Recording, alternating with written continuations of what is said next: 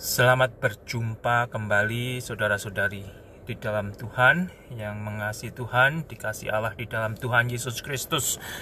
Puji kepada Tuhan untuk hari ini. Semoga Anda juga boleh bersyukur untuk hari yang Tuhan berikan kepada Anda.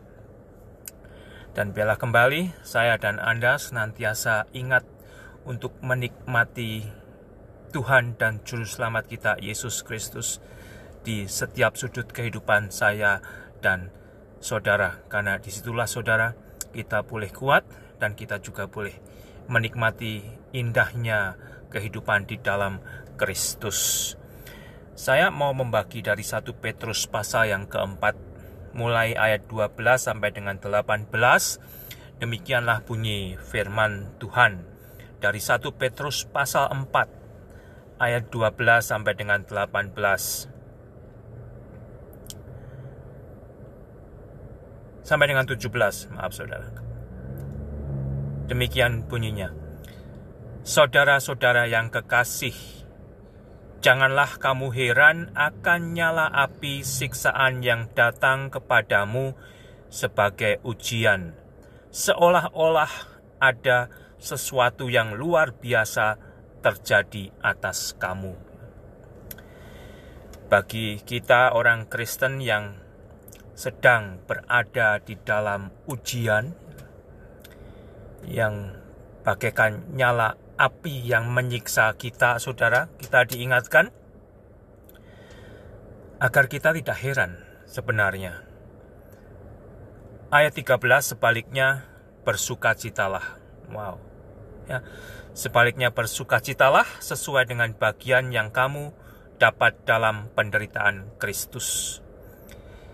Artinya, kita mengalami kesusahan karena saya dan saudara mau hidup benar di dalam Kristus. Ya. Kalau Anda menderita karena Anda hidup di dalam Kristus, bahkan penderitaan Anda karena Anda hidup di dalam Kristus itu luar biasa, dikatakan agar Anda tidak heran, saya tidak heran. Ya. Justru sebaliknya kita dikatakan bersukacitalah. Ya. Siapa yang di dalam penderitaan bisa bersukacita, saudara. Tetapi di sini kita dihadapkan kepada satu kasus yang lain. Ya. Kita menderita karena hidup sebagai orang Kristen yang mentaati Kristus. Oleh karena itu, sukacita tersebut bisa menjadi satu tanda jikalau kita berada bersama Tuhan. Dan kita yakin Tuhan bersama kita yang menderita karena Kristus. Oleh karena itu, kita tetap akan diberikan kemampuan untuk bersukacita di dalam Kristus, di penderitaan kita karena Kristus. Sebaliknya bersukacitalah sesuai dengan bagian yang kamu dapat dalam penderitaan Kristus, supaya kamu juga boleh bergembira dan bersukacita pada waktu Kristus menyatakan kemuliaannya. Karena ada waktunya, saudara, Kristus akan memuliakan kita yang bertahan sampai pada kesudahannya, yang tidak memungkiri Kristus, tetapi tetap tahan uji. Berbahagialah kamu jika kamu dinista karena nama Kristus, sebab roh kemuliaan, yaitu roh Allah, ada padamu. Janganlah ada di antara kamu yang harus menderita sebagai pembunuh atau pencuri atau penjahat atau pengacau. Ya. Jangan jadi orang Kristen menderita karena kejahatan saya dan Anda, saudara. Ya. Jangan Anda menderita karena Anda ketangkap sedang nyuap Pak Polisi. Ya.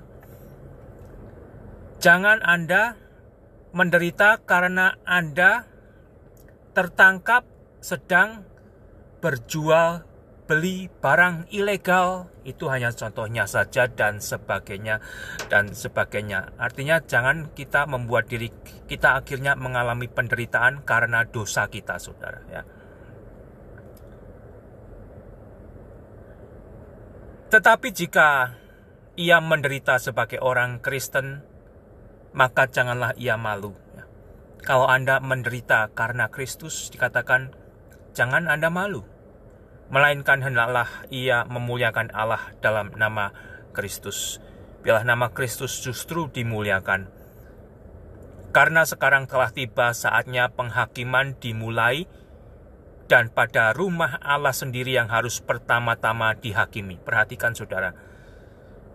Penghakiman sudah dimulai dan pada rumah Allah sendiri yang pertama-tama dihakimi. Ya. Karena di dalam rumah Allah itu sendiri, tidak semua yang mengaku Kristen asli. Istilahnya, mereka boleh mengaku Kristen, tetapi kelakuannya juga tidak seperti apa yang seharusnya Kristus kehendaki bagi diri mereka. Mereka tidak menunjukkan satu kehidupan baru di dalam Kristus. Kristen mereka hanya tempat persembunyian dengan harapan kalau mereka mati masuk surga, gitu ya.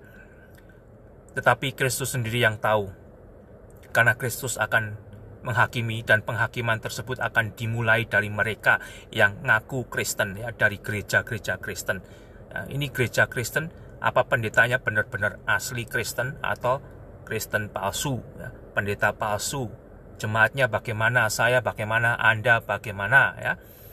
Kalau Anda bergumul sebagai orang Kristen, itu kita dalam taraf biasa sedang dibentuk, saudara, ya. Tapi jangan hidup di dalam kepalsuan Kristen. Itu nanti yang akan membuat saya dan saudara akhirnya sia-sia menjadi Kristen palsu. Dan jika penghakiman itu dimulai pada kita, bagaimana kesudahannya dengan mereka yang tidak percaya pada Injil Allah? Ya tidak selamat. Ya tidak selamat. Ya. Karena Injil Allah itu adalah kasih karunia Allah kepada manusia yang merindukan manusia. Setiap manusia diselamatkan Allah di dalam penebusan Yesus Kristus. Dan kita yang sudah mengaku ditebus di dalam Yesus Kristus, kita juga harus menunjukkan kehidupan sesuai dengan dosa yang sudah ditebus tersebut. Artinya kita memiliki hidup baru, ya. Sehingga dari situ, saudara, kita tidak menyia-nyiakan kekristenan ini untuk kita hidupi sebagai Kristen yang palsu, tetapi Kristen yang benar-benar takut dan mau hidup memuliakan Kristus, ya. Nikmatilah Kristus, nyatakanlah Kristus, saudara. Kedatangan Kristus juga sudah semakin dekat, ya. Kalau Anda saat ini sedang menderita, diuji iman Anda, janganlah Anda putus asa. Karena perhatikanlah firman Tuhan sendiri yang menjanjikan Anda akan diberi sesuatu yang luar biasa. Kristus pada saatnya Dia memuliakan, Dia akan membawa kita yang tetap tinggal di dalam kemuliaannya. Tuhan memberkati Anda.